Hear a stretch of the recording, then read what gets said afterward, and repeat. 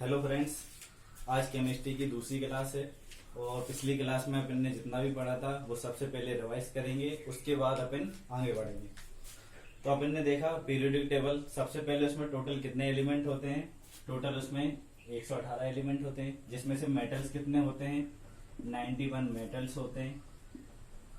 उसके बाद 20 क्या होते हैं, 20 नॉन मेटल्स होते हैं और 7 क्या पाए जाते हैं, मेटलॉइड्स पाए जाते हैं। ठीक है, 7 क्या पाए जाते हैं, मेटलॉइड्स पाए जाते हैं। इतना पढ़ लिया था अपन ने। उसके बाद पीरियोडिक टेबल में 18 ग्रुप्स होते हैं, 7 पीरियड होते हैं। ठीक है, और हर ग्रुप्स को कुछ ना कुछ स्पेसिफाइड करके कुछ ना कुछ नाम दिया गया है। अपन ने पढ़ा था 13 से लेके 18 तक बोरोन, कार्बन, नाइट्रोजन। नाइट्रोजन को क्या बोलते थे, निकोजन। ठीक है, चेल्कोजन, हेलोजन और अक्रिय गैसेस। एक ग्रुप्स अपन ने पढ़े थे। और पीरियोडिक टेबल को 4 ब्लॉक में बांटा गया है, SPDF। ठीक है, तो पहला और दूसरा ग्रुप, इसको क्या बोलते हैं, एस ब्लॉक बोलते हैं। ठीक है, पहला और दूसरे को कौन सा ब्लॉक बोलते हैं, एस ब्लॉक बोला जाता है। 3 से 12 तक क्या बोलते हैं, डी और एफ ब्लॉक बोला जाता है। 13 से लेके 18 तक क्या बोलते हैं, पी ब्लॉक बोलते हैं। ठीक है, इतना क्लियर होगा। अभी अपन पढ़ने वाले हैं मॉडर्न पीरियोडिक टेबल पढ़ रहे हैं। तो मॉडर्न पीरियोडिक टेबल तक पहुंचने से पहले अपन ने 2 साइंटिस्ट के बारे में पढ़ा था, डोबेराइनर और न्यूलैंड। डोबेराइनर ने त्रिक सिद्धांत दिया था। ठीक है, कब दिया था, 1817 में। त्रिक सिद्धांत में इन्होंने 3 एलिमेंट्स को लेकर प्रयोग किया और उसमें इन्होंने बताया कि पहला एलिमेंट और आखिरी एलिमेंट दोनों का अगर अपन एवरेज निकालेंगे तो मिडिल वाले एलिमेंट के एटॉमिक मास के बराबर आएगा। ठीक है, ठीक है, ये अपन ने किसमें निकाला था, डोबेराइनर का त्रिक सिद्धांत में। उन्होंने कब दिया था, 1817 में। इतना क्लियर हो गया था। और आगे चल के सिद्धांत फेल हो गया, क्यों ना, क्योंकि कुछ एलिमेंट्स इस जो नियम था इनका त्रिक सिद्धांत को फॉलो नहीं कर रहे थे, या उनके मिडिल वाले एलिमेंट का एटॉमिक मास फर्स्ट और लास्ट के एवरेज के बराबर नहीं आ रहा था। ठीक है, इतना क्लियर हुआ। उसके बाद में नेक्स्ट साइंटिस्ट आए थे, वैज्ञानिक, उनका नाम क्या था, न्यूलैंड। ठीक है, उन्होंने अपना अष्टक सिद्धांत दिया। अष्टक सिद्धांत में उन्होंने क्या बताया था कि पहले वाले एलिमेंट की प्रॉपर्टी 8वें वाले एलिमेंट की प्रॉपर्टी से समानता रखनी चाहिए। ठीक है, लेकिन बाद में क्या हुआ कि अक्रिय गैसेस की खोज हो गई और पहले वाले एलिमेंट की प्रॉपर्टी और जो 8वां एलिमेंट था उसकी प्रॉपर्टी अलग अलग हो गई। तो आगे चल के वो सिद्धांत क्या हो गया, फेल हो गया। और उन्होंने किस फॉर्म में दिया था, संगीत के फॉर्म में दिया था, सारे गामा पाधानीसा, और आगे चल के उनका सॉन्ग खत्म हो गया। और उन्होंने कब दिया था न्यूलैंड का अष्टक नियम, 1866 में दिया था। ये भी अपन ने पढ़ लिया था। और जब इन्होंने ये सिद्धांत दिया था न्यूलैंड का, उस समय प्रकृति में कितने तत्व मौजूद थे, 56 एलिमेंट के बारे में हमें पता था। यहाँ तक अपन पढ़ चुके हैं। ठीक है, और इनकी अपन ने कमियां भी कल तक पढ़ ली थी। ठीक है, इतना रिवीजन हुआ।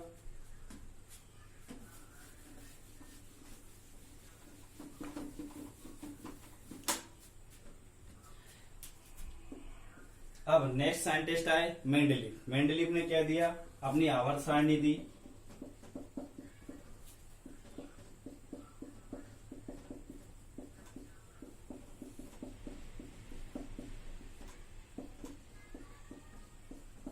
मेंडलीव ने क्या दी, अपनी आवर्त सारणी दी। और कब दी, 1869 में। कब दी, 1869 में। इसमें सबसे इंपॉर्टेंट बात क्या याद रखने वाली है कि इन्होंने, मेंडलीव ने आवर्त सारणी तो 1869 में दी, लेकिन इसको पब्लिश कब किया गया, 1872 में। इसको पब्लिश कब किया गया, 1872 में इसको पब्लिश किया गया। इसमें याद रखना, क्योंकि यहाँ पे बच्चे कंफ्यूज हो जाते हैं और पेपर में गलत करके आते हैं। इतना क्लियर होगा। अब अभी तक अपन ने पढ़ा है कि जो भी डोबेराइनर ने त्रिक सिद्धांत दिया था परमाणु भार के अकॉर्डिंग दिया था। मेंडलीव की भी जो आवर्त सारणी है वो किसके अकॉर्डिंग है, परमाणु भार और भौतिक गुण धर्मों के आधार पर। किसमें है, परमाणु भार और भौतिक गुण धर्मों के अकॉर्डिंग इनने भी अपनी आवर्त सारणी जमाई। ठीक है, परमाणु भार और भौतिक गुण धर्मों के अकॉर्डिंग इन्होंने क्या करी, अपनी आवर्त सारणी को जमाया। इतना क्लियर हुआ। और जब एक आवर्त सारणी बना रहे थे उस समय प्रकृति में कितने तत्व मौजूद थे, 63 तत्वों की खोज हो चुकी थी। 63 तत्वों की क्या हो चुकी थी, खोज हो चुकी थी। ठीक है, इतना हुआ। यहाँ तक सब सही चल रहा था। लेकिन बाद में क्या हुआ कि इनका भी जो आवर्त सारणी आगे जाके काम नहीं कर पाई। क्यों, क्योंकि आगे चल के जो भी तत्व थे, ठीक है, उनके समस्थानिकों के लिए इन्होंने कोई स्थान ही नहीं छोड़ा, या आगे जो भी आइसोटोप्स आने वाले हैं किसी तत्व के, उसके लिए इन्होंने क्या स्थान नहीं छोड़ा अपनी आवर्त सारणी में। ठीक है, एक तो ये कमी हो गई इनकी के आइसोटोप्स के लिए इन्होंने प्लेस स्थान ही नहीं छोड़ा। ठीक है, इनकी एक कमी हो गई। उसके बाद में क्या हुआ कि इन्होंने परमाणु भार के अकॉर्डिंग अपनी आवर्त सारणी बनाई, और इसमें कुछ एलिमेंट्स ऐसे थे कि इनका परमाणु भार तो ज्यादा था, लेकिन उन्हें इन्होंने पहले ही अरेंजमेंट या पहले ही स्थान दे दिए। जैसे कि कोबाल्ट और निकिल, दो अपन लेते हैं तो कोबाल्ट का कितना है 58.9 और निकिल का कितना है 58.7। तो जबकि इसमें निकिल पहले आना चाहिए, कोबाल्ट बाद में, लेकिन इनकी आवर्त सारणी के हिसाब से कोबाल्ट पहले था और निकिल बाद में, और इसका ये ढंग से कुछ इसके बारे में बता भी नहीं पाए और क्लियर भी नहीं कर पाए कि ऐसा क्यों हुआ। ठीक है, ये दो चीजें हो गई इनकी कमियां, इसलिए इनका ये आवर्त सारणी आगे जाके नहीं चल पाई। अब उसके बाद मेंडलीव इतने इंटेलिजेंट थे कि इन्होंने जब ये आवर्त सारणी बनाई उसके बाद कुछ एलिमेंट्स की खोज होने वाली थी, तो इन्होंने पहले ही उसके बारे में बता दिया। जैसे कि अगर देखा जाए ई का एल्यूमिनियम, गैलियम, ई का सिलिकॉन, जर्मेनियम, ऐसे 4 एलिमेंट हैं, इन्होंने क्या करा इनकी पहले से ही खोज कर दी। ठीक है, कि बता दिया कि ऐसे ऐसे इनकी प्रकृति रहेगी।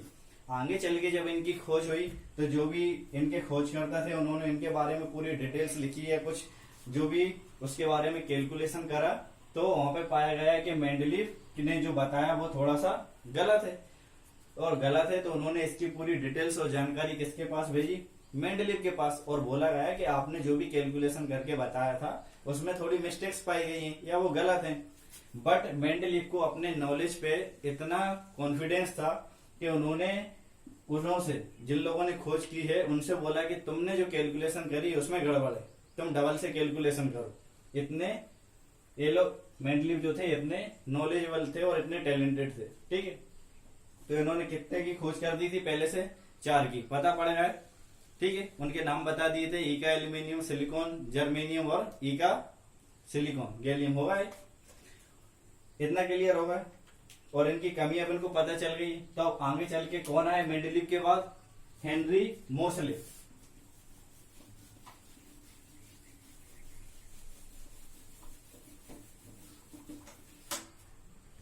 आगे चल के कौन आते हैं, हेनरी मोसले।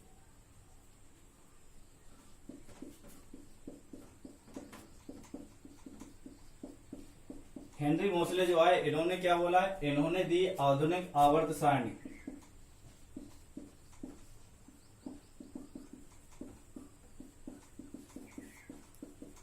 इन्होंने क्या दी, आधुनिक आवर्त सारणी या मॉडर्न पीरियोडिक टेबल, जो कि कब दी इन्होंने 1913 में। कब दी इन्होंने 1913 में। ठीक है, हेनरी मोसले ने इन्होंने जो आवर्त सारणी बनाई उस समय पे प्रकृति में कितने तत्व मौजूद थे, 103 तत्वों की खोज हो चुकी थी। ठीक है, कितनी की हो चुकी थी, 103 तत्वों की खोज हो चुकी थी। इतना क्लियर होगा।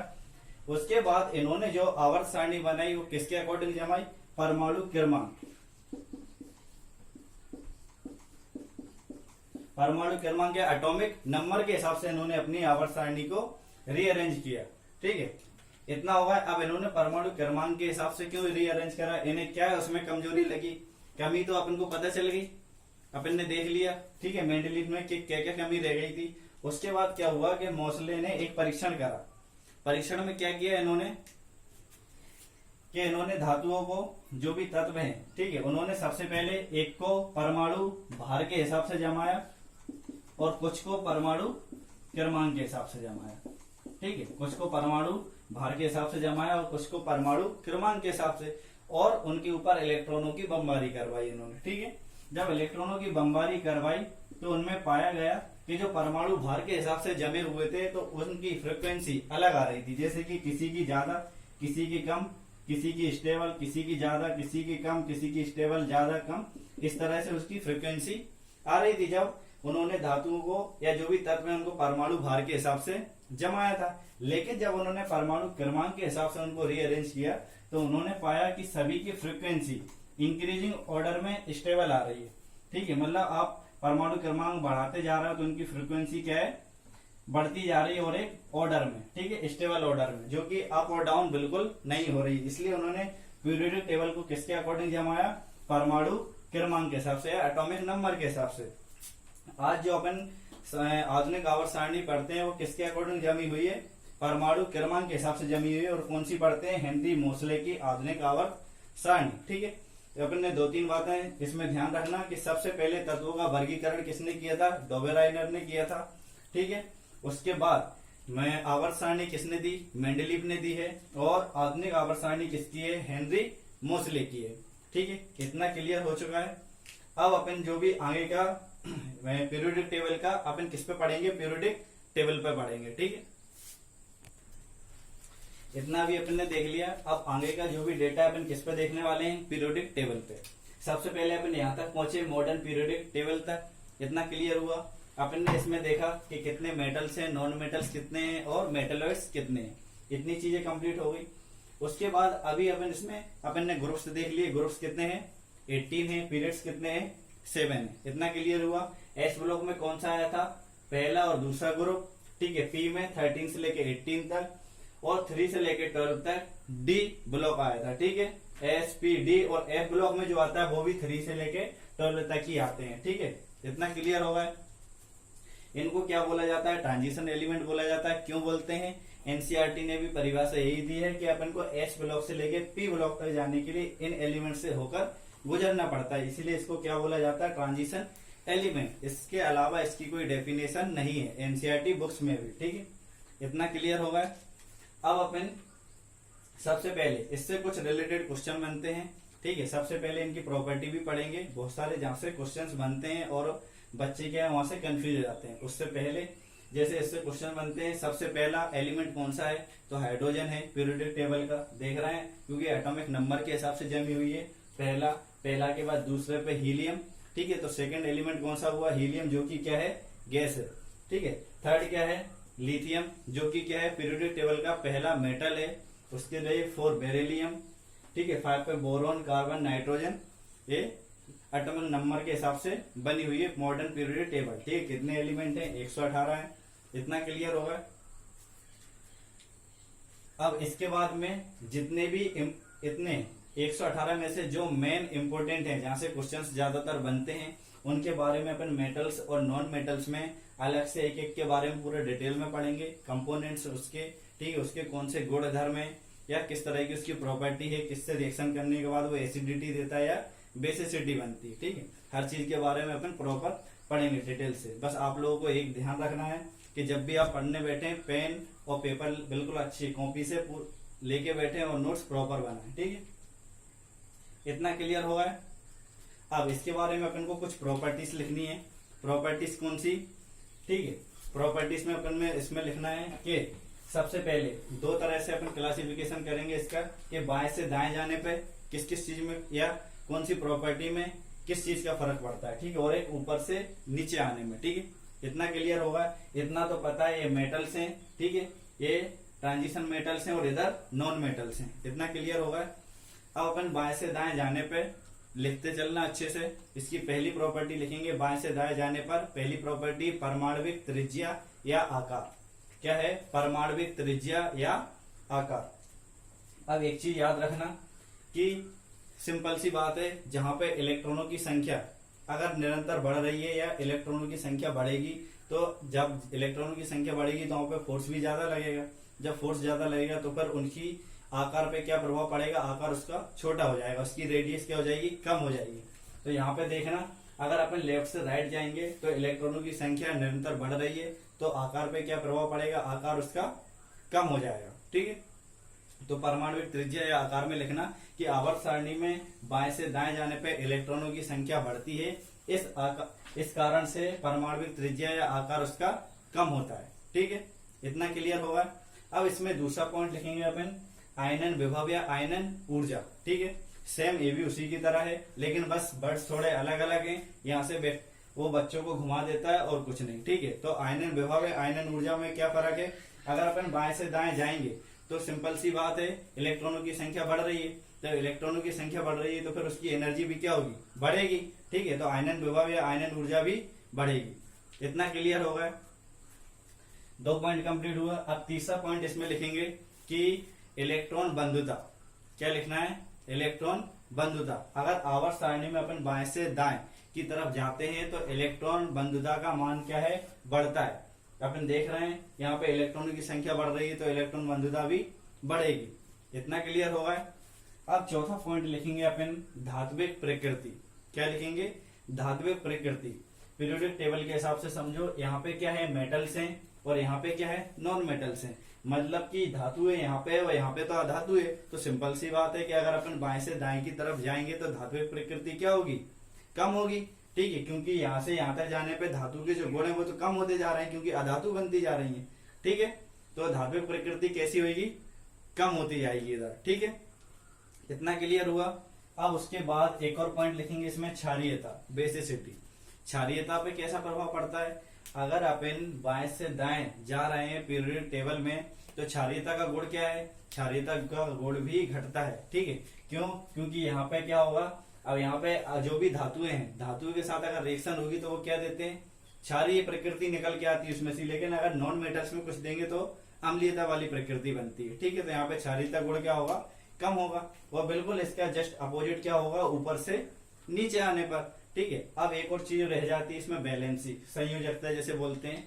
अगर अपन बाएं से दाएं की तरफ जाते हैं तो संयोजकता 1 से लेके 4 तक तो बढ़ती है और उसके बाद क्या होती है? कम होती है।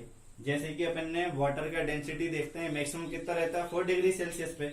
सेम उसी तरह क्या है कि 1 से 4 तक उसकी क्या है? संयोजकता बढ़ती है, उसके बाद कम हो जाती है। समझने के लिए देखा जाए, जिसके पास मान लो 5 है 8 में से, ठीक है, एक कोष भरने के लिए 8 की जरूरत पड़ती है। अगर उसके पास 5 है तो वो क्या करेगा? उसकी टेंडेंसी रहेगी कि वो 3 और ले ले और अपना जो भी ऑर्बिट है वो कंप्लीट कर ले। या फिर जिसके पास 3 है तो वो क्या कर सकता है? वो दूसरे के पास चला जाए, 5 ले तो नहीं सकता। ठीक है, तो मैक्सिमम कितनी होती है? मैक्सिमम होती है 1 से 4 तक और उसके बाद क्या होती है? कम हो जाती है। इतना क्लियर होगा बाएं से दाएं जाने पर। ये सभी प्रॉपर्टी कौन सी है? जब अपन पीरियोडिक टेबल में बाएं से दाएं की तरफ जा रहे हैं।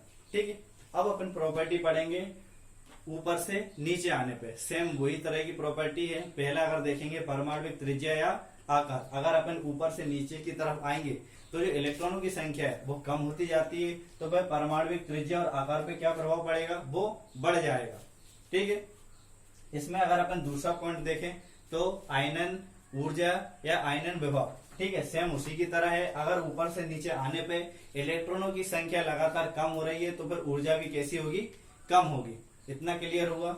अभी अपन ने देखा था कि बाएं से दाएं जाने पे धात्विक प्रकृति यहाँ पे कम हो रही है तो ऊपर से नीचे आने पे धात्विक प्रकृति बढ़ेगी, क्योंकि ये सब क्या है? मेटल्स हैं। अगर ऊपर से नीचे आ रहे हैं तो लगातार मेटल्स बढ़ते ही जा रहे हैं। ठीक है, इतना क्लियर हुआ।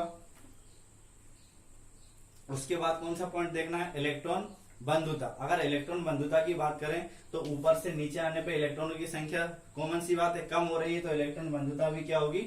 कम होगी। इतना क्लियर हुआ। एक इसका था अपना मॉडर्न पीरियोडिक टेबल की कुछ विशेषताएं थी जो अचानक या बहुत सारे पेपरों में पूछ ली जाती है, जहां पे बच्चे क्या हो जाते हैं? कंफ्यूज हो जाते हैं। ठीक है, इतना क्लियर हुआ। वैसे इतना अभी अपन ने पीरियोडिक टेबल पे समझ लिया। उसकी जो भी विशेषताएं थी जो ज्यादातर पूछी जाती हैं बाएं से दाएं जाने पर या ऊपर से नीचे आने पर। अब कुछ बेसिक से क्वेश्चन बनते हैं पीरियोडिक टेबल से। ठीक है, और जो भी क्वेश्चंस बहुत सारे रहेंगे वो तुम्हें पीडीएफ में मिल जाएंगे। ठीक है, इसके अलावा आप सभी लोग, ठीक है, अगर आपको वीडियो अच्छा लग रहा है तो शेयर करें, सब्सक्राइब करें। ठीक है, और अगर कुछ इसमें लगता है कि कुछ कमी है तो कमेंट्स जरूर करें, उसमें उस पर सुधार किया जाएगा। इतना क्लियर होगा। अब देखते हैं, जैसे कि कुछ क्वेश्चंस हैं बेसिक से बनते हैं। अभी अपन ने पीरियोडिक टेबल देखी, ठीक है, ग्रुप्स के बारे में पढ़ लिया, पीरियड्स के बारे में पढ़ लिया, ठीक है, ब्लॉक के बारे में पढ़ लिया। अब उसमें से कुछ क्वेश्चंस पूछे जाते हैं बेसिक से, जैसे कि पहला एलिमेंट कौन सा है? तो अभी अपन ने पढ़ा हाइड्रोजन है, और वो किस में आता है? नॉन मेटल्स में आता है। इसी के ऊपर कभी कभार विवाद होता रहता है कि मेटल्स कितने हैं और नॉन मेटल्स कितने हैं। ठीक है, बट अपन ने जो लिखा है वो बिल्कुल फैक्चुअल है और उतना ही याद रखना है। इसके अलावा ज्यादातर कंफ्यूज होने की जरूरत नहीं है। ठीक है, कुछ क्वेश्चंस और बनते हैं। सबसे भारी तत्व कौन सा है? ओस्मियम है। सबसे हल्की धातु कौन सी है? लिथियम है। ठीक है, इन चीजों को आप क्या है प्रॉपर नोट्स बनाते चलना और उसमें लिखते चलना। कुछ ऐसी धातुएं रहती हैं कि ये धातुएं वैसे नॉर्मली सॉलिड होती हैं, बट कुछ ऐसी रहेंगी जो लिक्विड फॉर्म में भी पाई जाती हैं। ठीक है, इसके अलावा कुछ नॉन मेटल्स ऐसी रहेंगी जो लिक्विड या उसमें नहीं पाके सॉलिड में भी पाई जाएंगी। ठीक है, तो अपन सभी के बारे में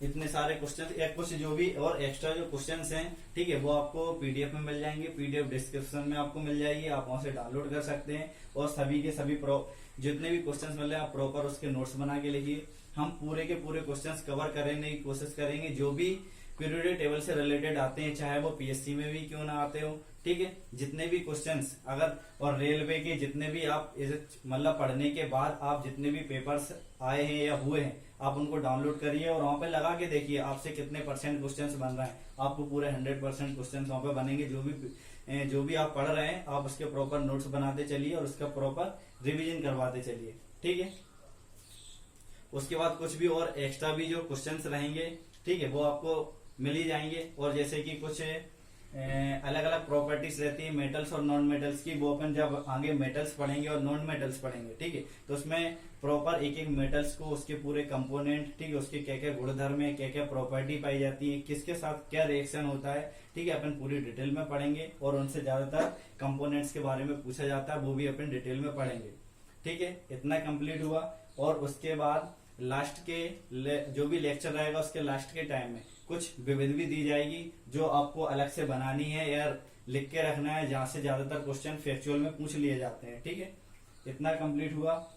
उसके बाद आपको अगर ये चैनल अच्छा लग रहा हो तो आप इसको लाइक करें, सब्सक्राइब करें। ठीक है, और आपको जहां भी थोड़ी बहुत गलती लगती है या कुछ नहीं आ रहा तो आप उसमें कमेंट्स जरूर करें, तो वहां पे सुधार किया जाएगा।